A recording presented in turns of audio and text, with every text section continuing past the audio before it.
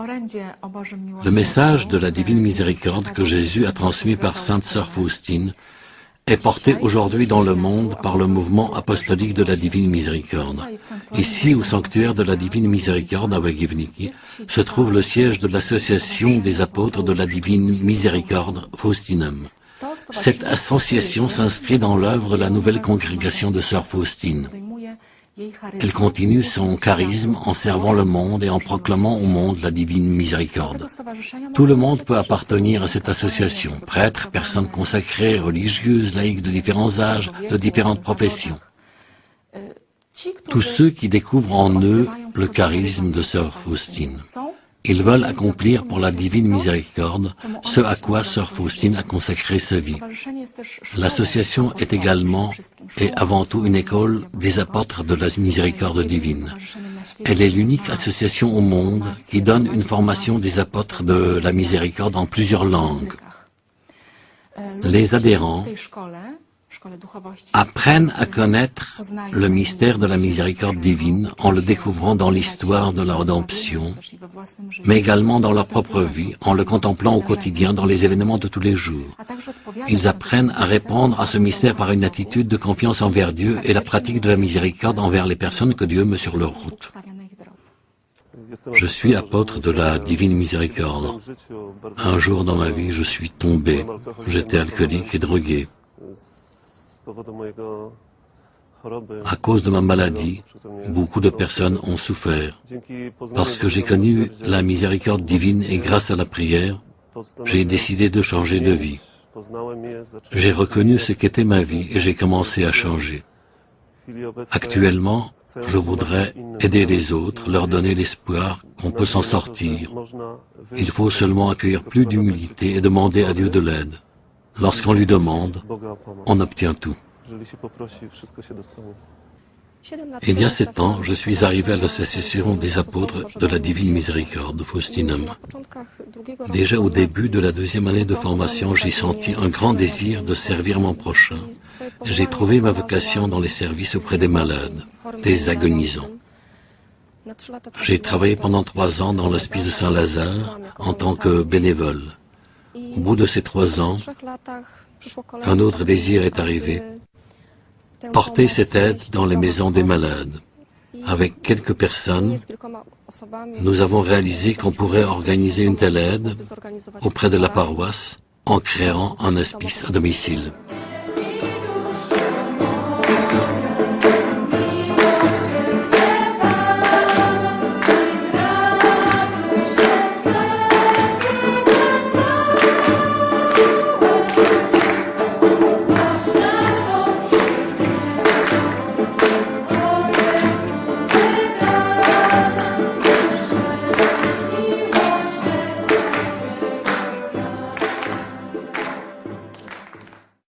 Peu après la mort de Sœur Faustine, encore pendant la 2e Guerre mondiale, des pèlerinages ont commencé à venir sur sa tombe et devant le tableau de Seigneur Jésus miséricordieux. Ce tableau du Christ miséricordieux, connu pour de grandes grâces, a été peint par un peintre de Cracovie, Adolf Hyła.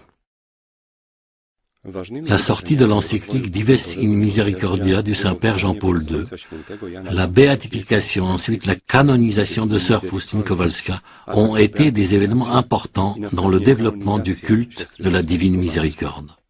En mai 2000, la Congrégation pour le culte divin et la discipline des sacrements a promulgué un décret instituant la fête de la miséricorde divine, en confirmant ainsi le caractère universel du culte de la divine miséricorde dans le monde.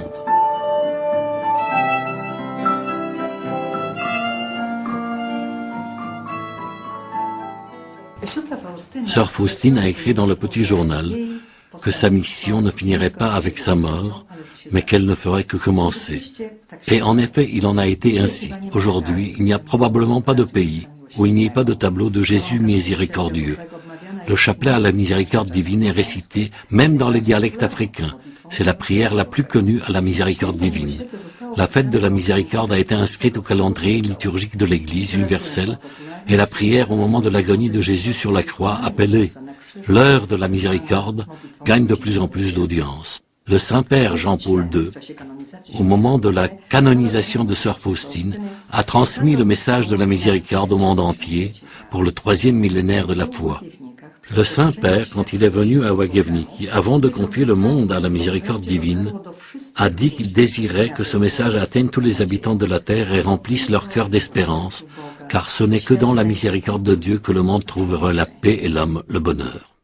Le 7 juin 1997, le Saint-Père Jean-Paul II a visité pour la première fois Łagiewnicki.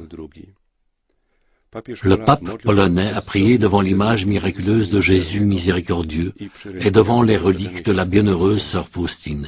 Il a dit alors: l'Église visite à nouveau le message de la miséricorde, afin de porter efficacement à la génération de la fin du 2e millénaire et aux générations futures une lumière d'espoir. L'Église implore sans cesse la miséricorde de Dieu pour tous les hommes. À aucun moment, à aucune époque de l'histoire, et surtout à une époque aussi décisive que la nôtre, l'Église ne peut pas oublier la prière qui est un appel pour la miséricorde de Dieu face aux divers maux qui pèsent sur l'humanité et qui la menacent. Plus la conscience humaine, succombant à la sécularisation, perd le sens du mot même de miséricorde, plus, s'éloignant de Dieu, elle s'éloigne du mystère de la miséricorde, plus l'Église a le droit et le devoir d'en appeler au Dieu de miséricorde avec de grands cris. Cet endroit rayonnait sur le monde entier. Les pèlerins, des centaines et des milliers de personnes, venaient et continuent d'y venir. Le plus grand pèlerin parmi eux, c'est Jean-Paul II. Il est venu ici à 2 reprises, comme il venait, il y a des années, en tant qu'étudiant, prêtre, évêque, cardinal. Il venait chez Jésus miséricordieux. Il venait ici sur la tombe de sœur Faustine et contemplait la miséricorde. Ici, il a confié le monde à la miséricorde divine. Et avant tout, il a consacré cette basilique. À cette occasion, il a dit qu'ici est né le centre du culte de la miséricorde divine pour le monde entier. Ce message continue d'atteindre le monde entier. Il y a 2 ans, au cours d'une année, presque 2 millions de personnes de 90 pays du monde entier sont venues ici.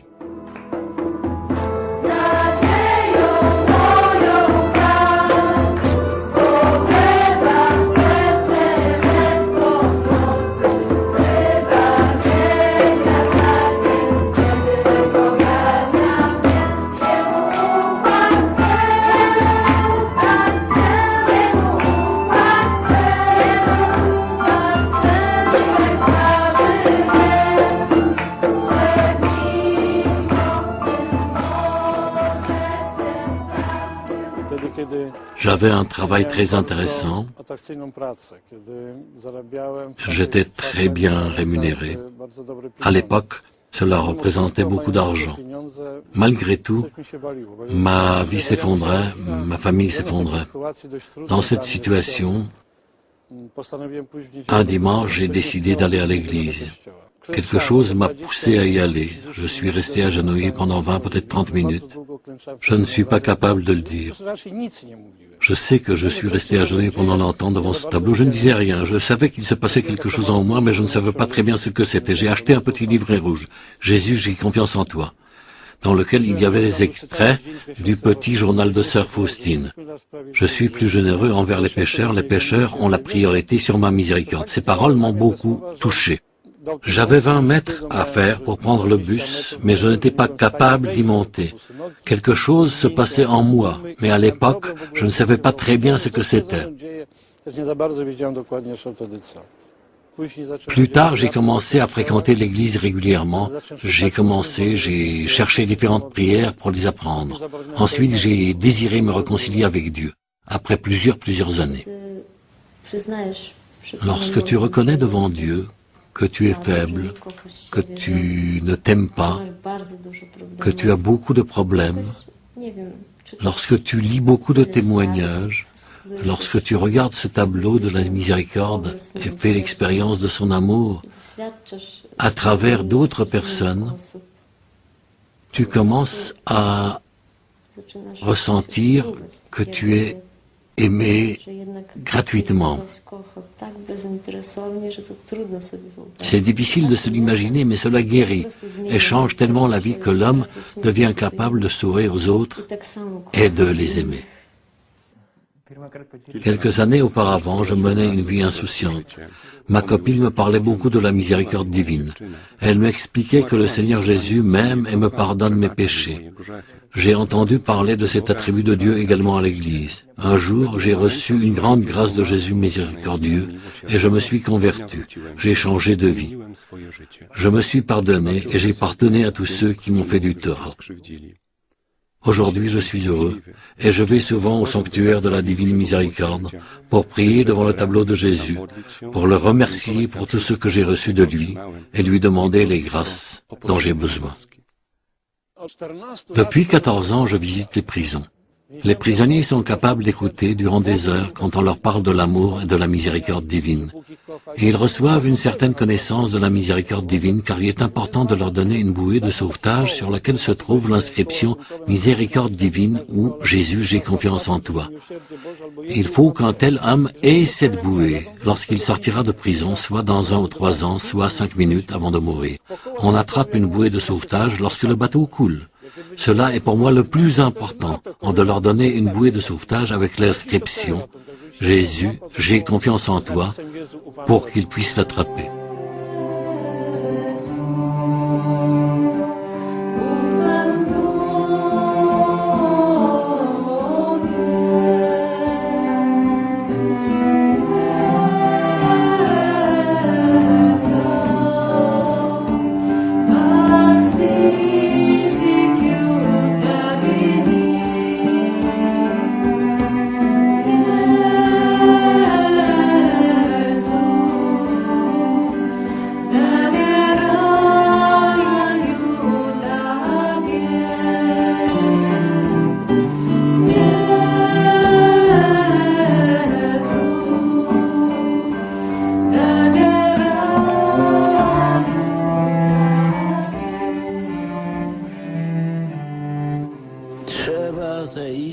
Il faut allumer cette étincelle de la grâce de Dieu. Il faut transmettre au monde ce feu de la miséricorde. Dans la miséricorde de Dieu, le monde trouvera la paix et l'homme trouvera le bonheur.